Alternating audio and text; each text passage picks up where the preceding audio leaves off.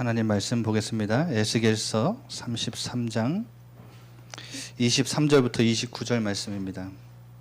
에스겔서 33장 23절부터 29절까지 말씀.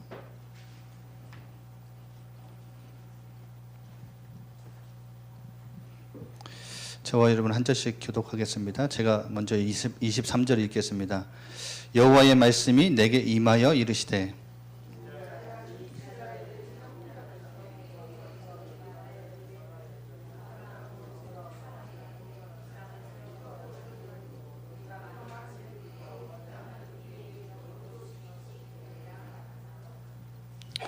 그러므로 너는 그들에게 이르기를 주 여호와께서 이같이 말씀하시되 너희가 고기를 핏째 먹으며 너희 우상들에게 눈을 들며 피를 흘리니 그 땅이 너희의 기업이 될까 보냐.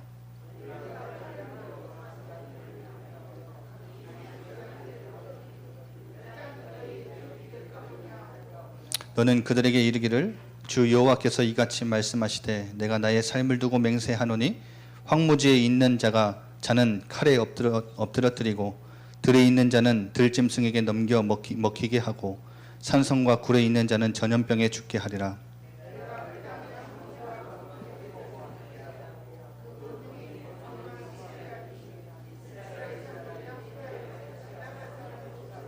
다 같이요.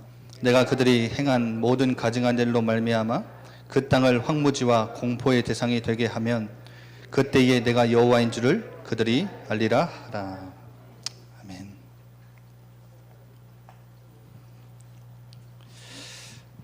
저는 이번 세계 렘넌트 대회를 두고 기도하는데 딱 에스겔서를 제가 묵상하는 타이밍이었어요.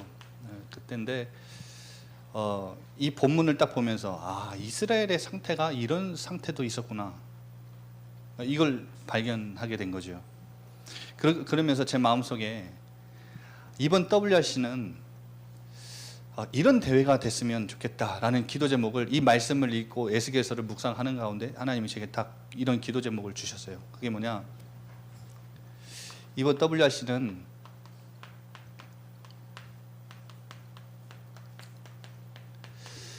하나님을 기억하는 자리, 하나님을 만나고, 그래서 이제 WRC가 지나가고 한참 후에 2019년 WRC를 딱 생각했을 때 그때 나를 만나주신 하나님, 그 자리에서 나를, 이렇게 부족한 나를 세상의 틀을 바꾸겠다는 그 하나님의 약속 가운데 나를 잡아서 쓰시겠다고 부르셨던 그 자리, 그렇게 기억됐으면 좋겠다.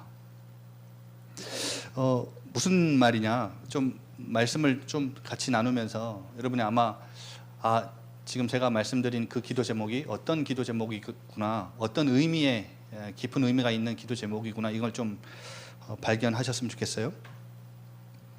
여러분, 이 에스겔은 딱 두 시기로 나눠요. 에스겔의 활동이 한 20년 정도, 한 22년 정도 활동을 했거든요. 근데 딱 앞에 시기와 뒤의 시기, 이렇게 딱 절반으로 이제 두 개로 나뉘어요. 에스겔은 앞에 시기는 연도를 말씀드리면 AD죠. 593년부터 한 5년 정도요. 588년까지 한 5년 정도를, 이거 아시죠? AD니까 높은 숫자가 뒤에 있는 거죠. 그렇죠? 이건 제가 잘못 쓴 게 아니라 높은 숫자는 이제 뒤로 세야 되는 겁니다. AD니까요. 이게 더 옛날이에요. 그렇죠? 588년도가 더 빠른 거죠. 그러니까 숫자가 높으면 높을수록 멀리 있는 거죠. 아브라함은 2000년대 사람, 다윗은 예수님 오시기 1000년대 사람, 뭐 이렇게 생각하시면 되죠. 593년부터 588년까지 한 5년 정도를 어떤 선지자로 활동을 했냐면 심판의 예언자로 활동을 했어요. 심판의 예언자. 그래서 굉장히 하나님의 이 마음에 있는 그 심판의 말씀들을 받아서 계속 선포했죠. 그런데 그 에스겔서 2장 10절에 보면 하나님이 에스겔에게 말씀을 두루마리를 먹게 하시는데, 이 두루마리가 원래는 두루마리에 앞면만 쓰지 뒷면까지 쓰진 않는데, 이 두루마리는 앞뒷면에 글자가 꽉 차 있어요. 한마디로 이스라엘 민족을 향한 하나님의 애가, 그리고 애곡, 이스라엘을 향한 하나님의 재앙의 글들이 빼곡히 적혀 있는 거예요. 앞뒤 할 것 없이 빼곡하게. 하나님은 심판을 정해 두시고 에스겔을 부르셔서 너 가서 말해. 그런데 이것까지도 알려주시더라고요. 제가 자세히 봤거든요. 그들이 듣든지 아니 듣든지 너 말 안 들을 거야. 그런데도 가서 전해. 왜냐? 하나님은 심판을 내리시기로 작정하셨으니까요. 안 들을 거래요. 그래도 전하래요. 너희 중에 선지자가 있는 줄을 나중에 말씀이 의해지면, 응답되면 알게 될 거야. 그리고 오늘 말씀에도 마지막 절 나오죠. 내가 여호와인 줄을 알게 될 거야. 이들이 나중에는 내가 말한 대로, 너를 보내서 말한 그대로 심판이 다가올 때 이들은 듣지도 않았겠지만 너를 통해서 내가 전달한 그 말씀을 응답될 때 아마 그 에스겔의 한 말이 하나님이 보내신 그 에스겔이 선지자구나. 우리는 듣지도 않았는데 에스겔을 보내셔서 말씀을 전하신 그분이 우리의 여호와 하나님이셨구나. 그걸 알게 하겠대요. 그래서 2장 10절에 보면 애가와 애곡과 재앙을 전달한 선지자. 그런데요, 여러분, 뒤에는 585년부터요 571년까지 활동을 해요. 그런데 이때의 활동은 어떤 선지자냐? 파수꾼 예언자로서의 활동을 해요. 파수꾼으로.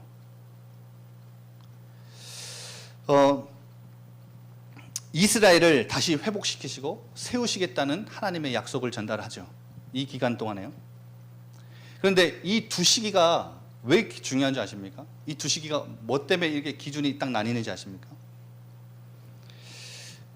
587년도에 예루살렘은 바벨론에 완전히 몰락됩니다. 완전 멸망당해요. 그런데요, 이 에스겔 선지자는 또 독특한 게 뭐냐면 예루살렘에서 활동했던 선지자가 아니에요. 어디서 활동했던 선지자죠? 아시죠? 우리 담임 목사님 가끔씩 에스겔 선지자 1장 말씀하실 때 그발강가는 바벨론이에요. 바벨론의 그 척박한 땅 안에 그발강가에 모여서 포로로 잡혀간 이스라엘 민족들이 지내던 곳에서 하나님이 임하시고 선지자로 하나님이 에스겔을 선택하세요. 근데요, 언제 잡혀갔냐? 587년도는 완전히 바벨론이 2번 침공을 했거든요. 예루살렘을. 이때는 완전히 멸망당한 거고, 에스겔은 10년 전 597년도에 1차 침공 때 유배되어서 바벨론의 포로로 잡혀가죠. 한마디로 에스겔이 선지자로 부름받아 활동하기 한 4년 전, 한 5년 전부터 잡혀가 있다가 이때 부름을 받고 심판의 예언자로 활동을 하고, 587년도에 오늘 우리 읽은 33장 23절부터 읽었죠. 21절에 보면 우리가 사로잡힌 지 12째 해 10째 달 5째 날에 예루살렘으로부터 도망하여 온 자가 내게 말하기를 그 성이 함락되었다 하는데, 이때의 함락은 이때를 얘기합니다. 이제 이때부터는 파수꾼의 예언자로서 하나님이 입을 열게 하셔서 말씀을 선포하는 거예요. 한마디로 지금 33장 21절, 22절은 이때의 사건으로 하나님이 에스겔 선지자의 활동을 완전 전환시키시는 거죠. 전환시키는 중심부가 이 본문이에요. 그런데 제가 왜 이 말씀을 오늘 들고 왔냐면, 중요한 것은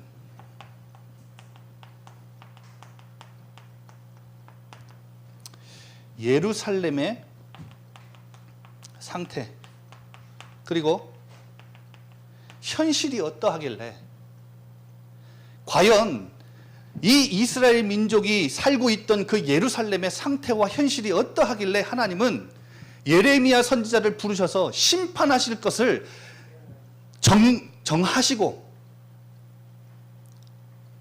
이 심판의 예언자 에스겔을, 포로로 잡혀간 에스겔을 그발강가에서 부르셔가지고 말씀을 선포하게 하셨는지, 그거를 한번 보려면요, 여러분 8장을 한번 보셔야 돼요. 4가지 환상이 나오거든요. 한번 8장을 한번 펴보세요. 굉장히 중요한 부분입니다. 여섯째 해, 8장 1절에 여섯째 해, 여섯째 달, 초닷새. 이거는 잡혀간 이후에 엿새째, 그러니까 592년도, 597년도에 잡혀갔으니까 엿새째 해, 그러니까 592년도에 하나님이 에스겔이 선지자로 활동한 지 한 1년 만에 이 환상을 하나님의 영이 제사장들과 장로들과 모였을 때 임하셔서 보여주세요. 어떤 환상이냐? 없는 환상, 현실이 없는 환상이 아니라 예루살렘으로 에스겔을 끄집어다가 예루살렘의 모습을 하나님이 에스겔을 통해 보게 하세요. 그럼 지금 예루살렘이 592년도에 잡혀갔잖아요. 바벨론이 침공해서 이들을 잡아갔는데, 지금 예루살렘에는 아직 왕이 있어요.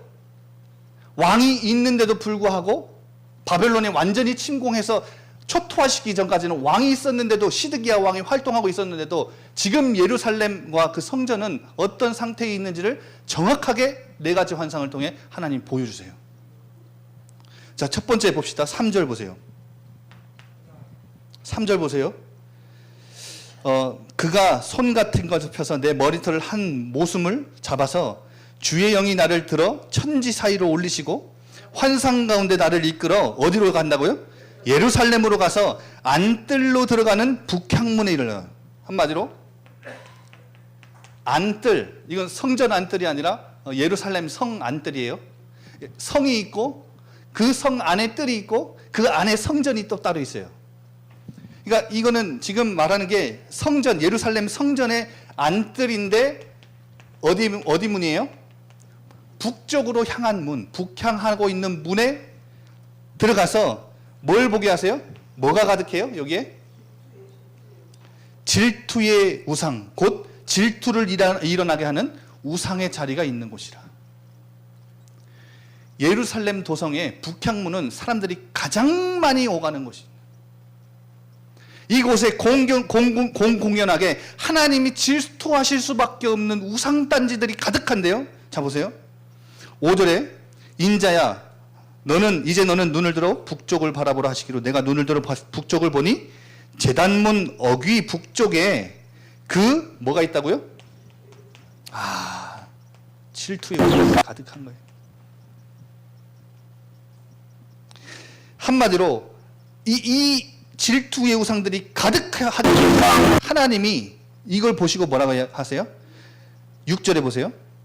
이스라엘이 행하는 일을 보느냐? 그들이 여기에서 크게 한다고요? 내 성소. 다윗이 준비했고 솔로몬이 완성한 그 성소를, 내 영광이 가득 차야 하는 그 성소를 어떻게 하게 한다고요? 떠나게 한대요.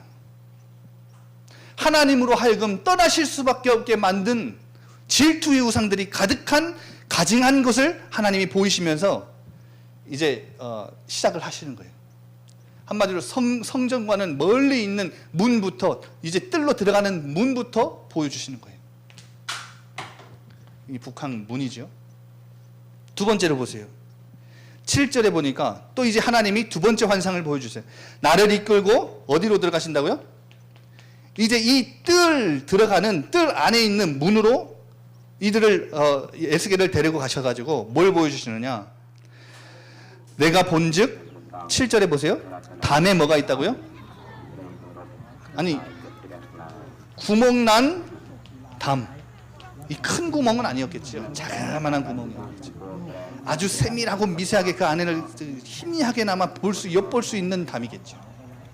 근데요, 여러분 구멍 난 담은 뭘 상징하는 줄 아세요?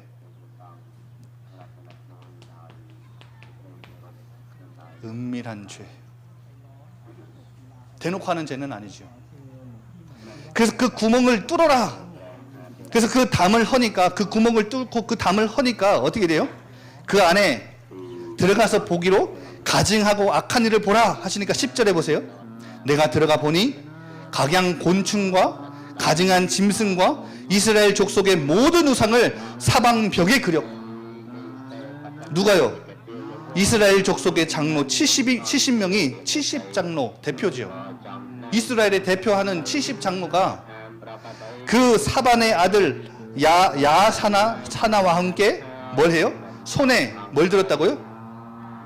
뭘 들었다고요? 향로를 들었대요. 향연하고 있는. 뭐 하고 있는 거예요? 은밀하게 우상들을 향해 분향하고 있는 거예요. 이스라엘의 대표 70인 장로 지도자들이. 그러면서 또 하는 말이 뭐예요? 12절에 보세요. 여호와께서 우리를 보지 아니하시며 여호와께서 이 땅을 버리셨다 하는지라. 597년도에 바벨론에 포로 잡혀가니까 이제 우리는 망한 거예요. 망한 것처럼 보이니까 우상들을 그 사방에다가 은밀한 곳에다가 그려놓고 거기다가 향로를 피우면서 분향하고 있는 이 지도자들의 모습. 그러면서 이들의 입에서는 여호와께서 우리를 버리셨대요.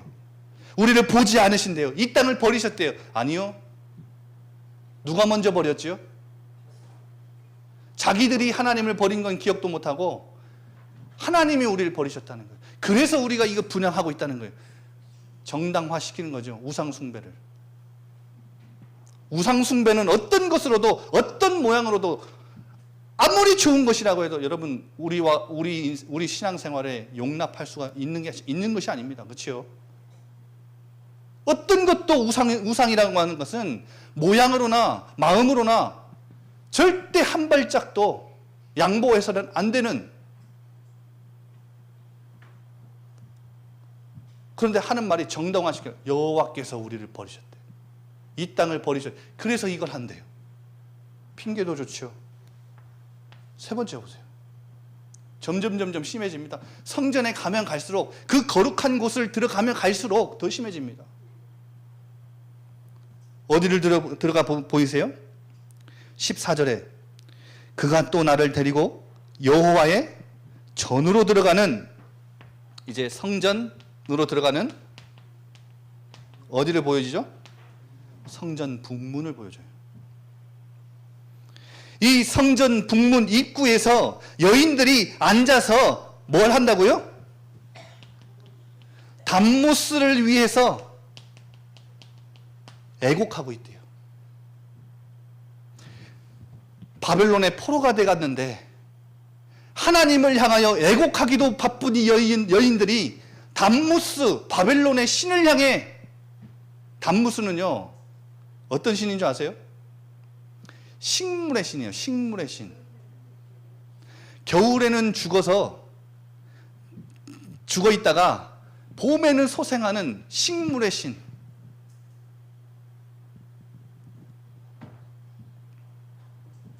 식물의 성장과 죽음을 신화적으로 설명하는 것이 이 담무스예요. 담무스. 한마디로 뭘 의미할까요? 담무스를 향해서 이렇게 하고 있다는 것은 뭐예요?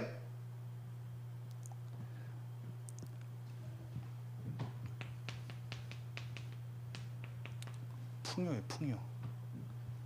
우리에게 다가오는 풍요는 하나님이 아니라, 하나님으로부터 오는 것이 아니라 담무스로부터 오는 것이래요. 그걸 인정하고 고개 숙이고 애곡하는 거예요. 어디에서요? 성전 북문에서요. 예루살렘 성전에 들어가는 북향 문부터, 예루살렘 성전 안 뜰 문부터, 성전 북문부터 완전 여러분 우상이요 이만큼 가득 차 있는. 마지막으로 보세요. 16절에 나를 데리고 여호와의 성전 안뜰에 들어가니라. 어딜 들어갔어요 이제? 성전 안에 있는 뜰에 들어갔어요. 성전 안 뜰에 들어갔는데 25명, 약 25명이 뭐 하고 있다고요? 저는 이것 보고요 충격받았어요. 앉은 자세가 어떻게 해요? 성전을 등졌어요.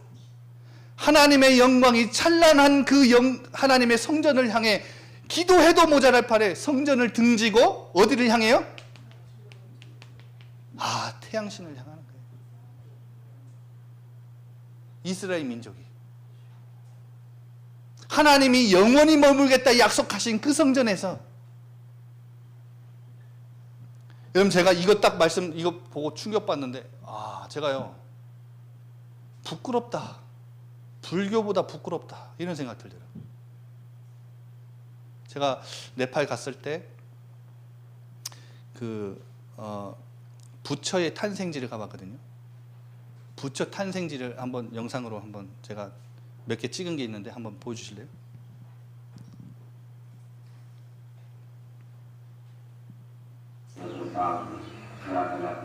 저희가 부처가 수행한 나무고요. 저희가 부처가 탄생지 하얀색 건물이요. 지금 전국 각지에서 온 불교도들이 곳곳에 모여서 리더들의 수행을 따라서 지금 다 어디를 향해 절하고 있어요? 어디를 향해 절하고? 하얀색 집 부처 탄생지를 향해서 저렇게 절해요. 저렇게 기도를 해요.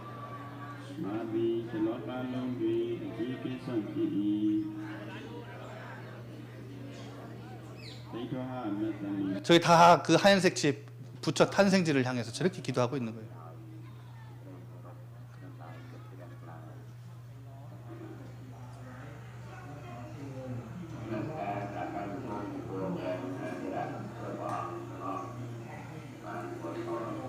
이 다음 거 한번 보여주세요.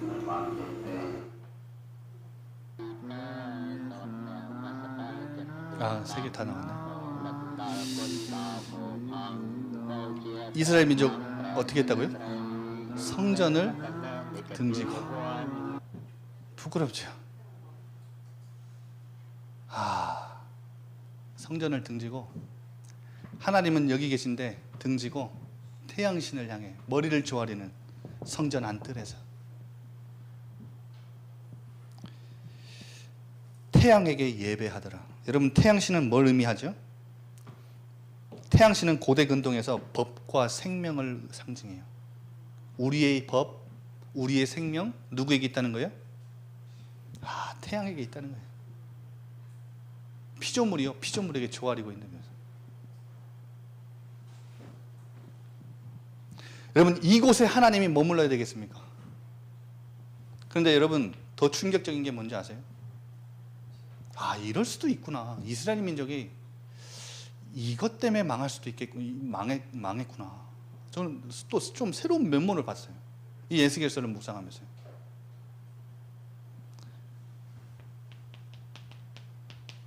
이렇게 된 원인이 뭔지 아세요?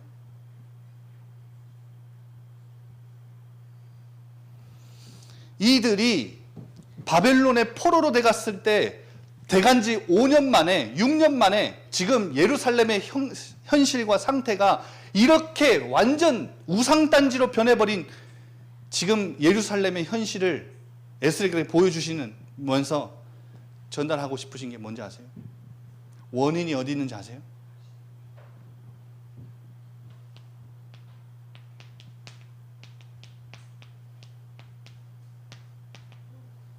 신학적 전통이에요. 무서운 거예요, 여러분.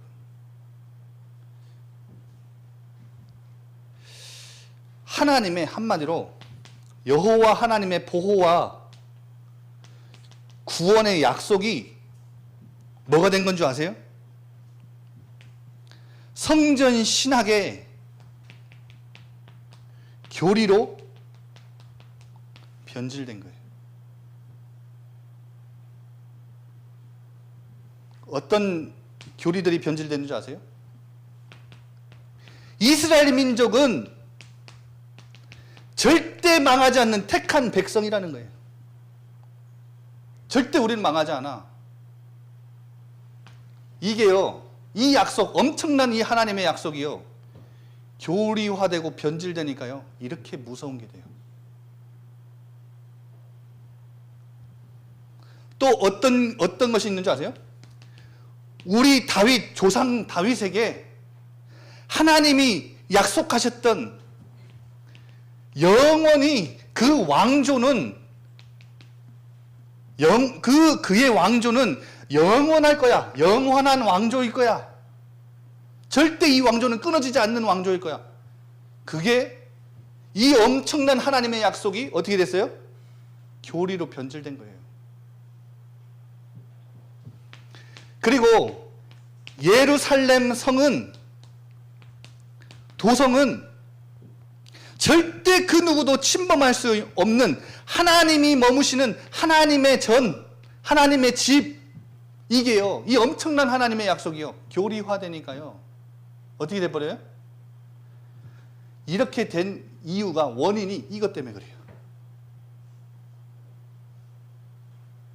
한마디로 뭐가 남은 거예요? 약속하신 하나님은 사라지고 약속만 남은 거예요. 무슨 말인지 아시겠어요? 성전을 당신의 집으로 선택하신 하나님은 있고 성전과 제의만 남은 거예요. 그냥 이건 여러분 껍데기만 남은 수준은 아니에요. 여러분 아시죠? 또 하나의 그 증거를 들어드릴까요? 초대교회가 로마를 복음화시키고 완전 정확했을 때, 유럽을 정복했을 때 어떻게 됐지요? 구교가, 교황이 어떻게 했죠? 얼마나 힘이 있었어요? 그 유럽 지역에 왕을 세우려면, 그 나라의 왕을 세우려면 누가 세워요? 교황이 세웠어요. 그만큼 힘이 지대했어요. 그런데 어떻게 됐지요? 그 엄청난 하나님의 축복이 담겨있는 이 말씀과 복음이 구교에게 교리가 되니까 어떻게 돼버려요? 교황이 말씀 위에 있잖아요.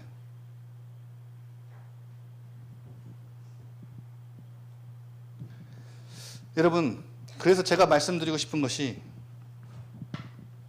뭐냐, 이번 WRC 때 저는 이 말씀을 보면서, 오늘 본문에도 보세요 여러분, 이 587년 다음이잖아요. 이제 파수꾼 예언자의 활동을 해야 되는데 이 여파가 그대로 남아서 지금 완전히 무너져 있는 예루살렘에 남아있는 자들이 있었어요. 바벨론에 완전 다 뺏겨버리고 포로돼 갔는데 남아있는 자들이 있었다고요. 근데 그 남은 자들의 상태도 오늘 보세요. 처음 잡혀갔을 때의 상태는 이렇고, 두 번째 완전히 패망한 것처럼 보였을 때 남은 자들의 상태가 어땠어요? 24절에 아브라함은 오직 한 사람이라도 이 땅을 기업으로 받았지 않냐? 그러면 지금 남아있는, 우리 여기 남아있는 자들이 한 사람 이상 아니냐? 우리도 어떻게 할 거라고요? 우리는 더 많으니까 더욱 이 땅을 기업으로 얻을 거 아니냐? 이 여파로 약속을 하신 하나님은 잊어버리고 약속만 붙잡고 있는 여파로 지금 완전히 패망했는데도 지금 약속만 딱 붙잡고 있는 거예요. 아무것도 변함없이. 그러니까 하나님이 뭐라 하세요? 예수계를 통해서 그들에게 일러라, 말해라. 너희가 고기를 핏째 먹고 우상들에게 눈을 들고 피를 흘리고 하고 있는데 그 땅이 너희의 기업이 될 것 같냐? 약속하셨다고? 여기서 돌이키진 않는데? 여기서 한 발짝도 움직이지 않고 있는데? 그러니까요, 보세요. 칼을 믿어 가증한 일을 행하며 각기 이웃의 아내를 더럽히며 더럽히고 있는데 그 땅이 너희의 기업이 될까 보냐? 오늘 33장 지금 읽고 있는 거예요, 본문.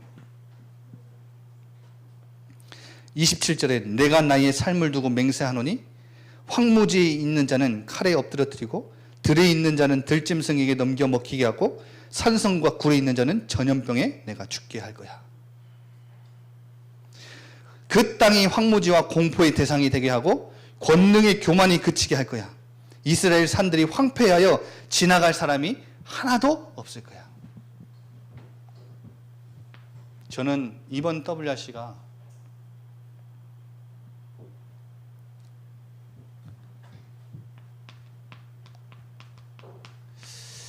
여러분에게 진짜 하나님과의 관계가 회복되어지는 대회가 됐으면 좋겠어요. 약속만 남는 자리 말고, 분위기만 남는 자리 말고, 추억도 남겨야 되겠죠. 추억만 남는 자리 말고 진짜 나를 택하시고 나를 사랑하시고 나를 품어주시고 안아주시고 나를 붙잡아 주셔서 세상의 틀을 바꾸는 엄청난 하나님의 그 성취될 약속, 언약 가운데 나를 불러주셨다는 것이 너무나 감동되는 그런 대회. 무슨 말인지 좀 이해가 되십니까? 약속만 남지 않고 약속을 주신 하나님을 만나는 자리. 아, 그때 2019년 WRC 때 우리 몇 명 갔지? 어떻게 했지? 누구 만났지? 그거 말고요.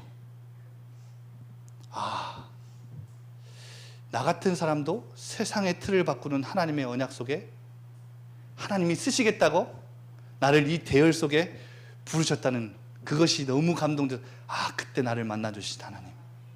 그것이 기억나는 자리. 하나님을 기억하는 자리.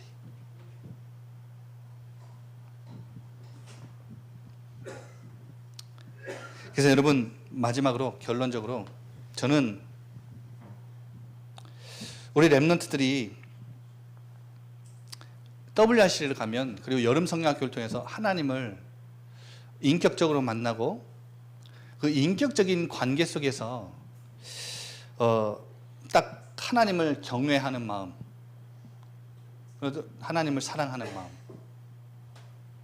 그래서 저는 하나님을 향한 이 마음을 배워가는데 가장 먼저 다가온 게 하나님을 경외하는 것, 하나님을 두려워하는 것.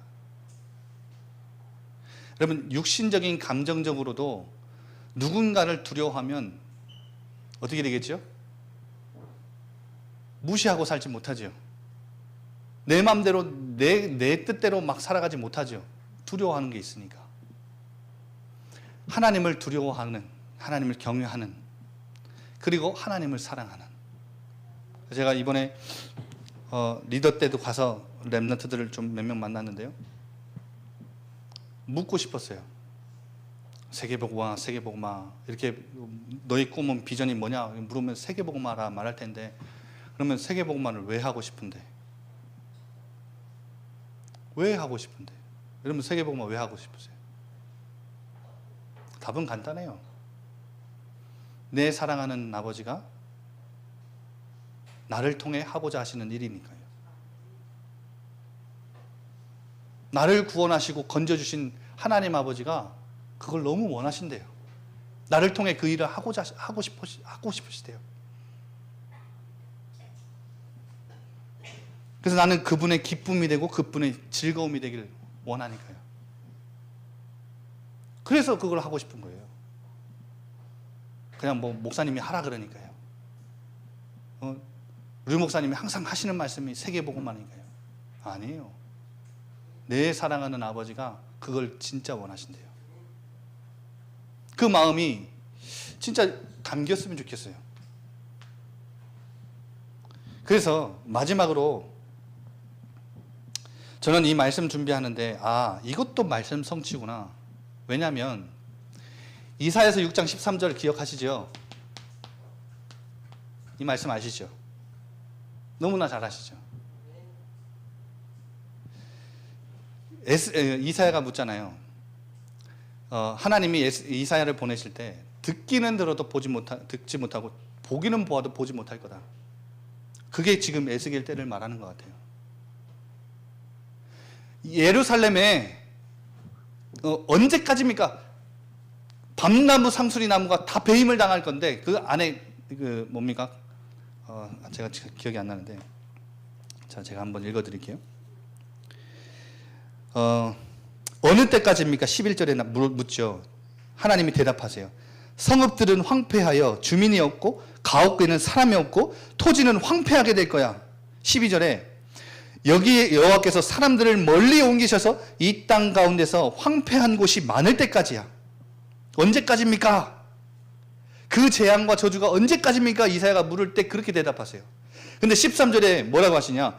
그 중에 10분의 1이 아직 남아있을지라도 그 예루살렘 성전에 바벨론에 싹 다 잡혀가도 10분의 1 정도는 남아있을 것 같아 보여도 그것도 어떻게 된다고요? 황폐하게 될 거야. 그들도 완전 황폐하게 될 거야. 지금 남아서 약속을 붙잡고 있는, 약속만 붙잡고 있는, 하나님은, 약속을 주신 하나님은 사라져버린 이들도 결국 싹 다 황폐하게 되고 사라질 거야. 하지만 밤나무와 상수리나무는 아무리 배임을 당해도 그 밑둥은 살아있거든. 그 안에 뿌리는 건드리지 못하거든. 근데 그 뿌리에서 뭐가 나와요? 뭐가 나와요? 거룩한 씨가 그곳에서 나와서 이 땅에 그루터기가 될 거거든. 여러분, 저는 이 말씀이 딱 떠오르면 그 중에 10분의 1이 남아있을지라도 이들을 말하는 거구나. 이들도 다 사라지게 될 텐데 하나님은 그루터기들을 불러서 그루터기를 남기셔서 이 거룩한 씨를 통해 하나님은 세상을 변화시키거든. 어떻게 해요? 어떻게 해요? 세상을 이 그루터기들을 통해, 우리를 통해, 이 언약 가진 우리 후대 렘넌트들을 통해 하나님이 회복시키실 거거든. 근데 에스겔 선지자가 이 파수꾼의 예언자의 활동을 하면서 했던 중요한 회복의 말씀들이 몇 가지 있죠? 아시죠? 내가 그들 마음 가운데 내 영을 부어서 새 언약을 줄 거거든. 다시는 실패치 않도록. 내가 내 영을 완전 힘껏 쏟아 부을 거거든. 그리고 너는 에스겔아, 마른 뼈들에게 말씀을 대하느라.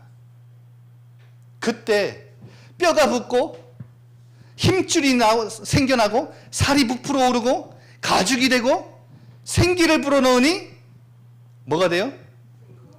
큰 군대가 되거든. 이런 군대로, 하나님의 군대로 우리 후대들 렘넌트 그루터기들을 일으켜 세우실 거거든. 세 번째로, 여러분 지금 이 성전을 보세요. 이 황폐해진 하나님의 영광이 완전히 떠나버린 이 성전에 내가 새로운 성전을 세우고 내가 새로운 영광으로 내가 그곳에 머물 거거든. 여러분, 그래서 아시죠? 에스겔 선지자의 대표적인 환상, 마른 뼈와 성전에서 흐르는 물, 발목, 무릎, 허리, 머리, 이제는 헤엄칠 수 없는 강이 돼버리죠. 그 성전에서 흐르는 그 물이, 강물이 어떻게 되죠?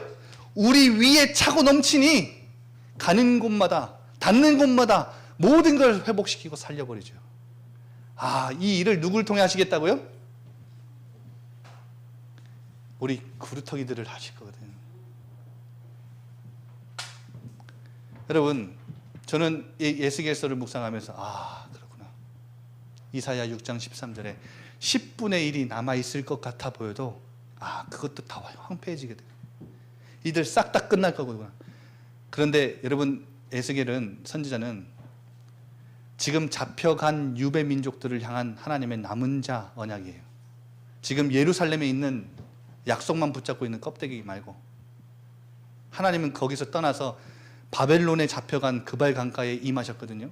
성전에만 머무신다고 생각하던 하나님이 아니에요. 여러분, 하나님은 포로로 잡혀갔지만, 유배돼 갔지만, 그 비참한 곳에 갔지만, 하나님은 그들을 70년 만에 돌아오게 하셔서 이 일을 행하시겠대요.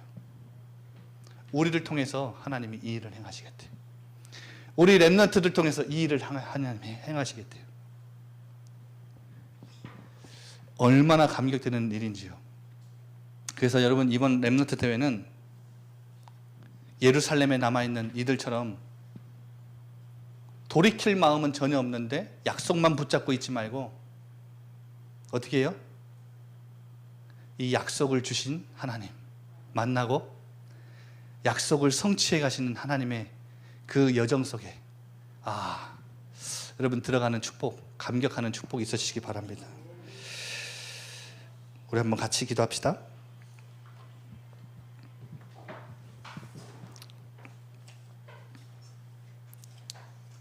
오늘 주신 말씀대로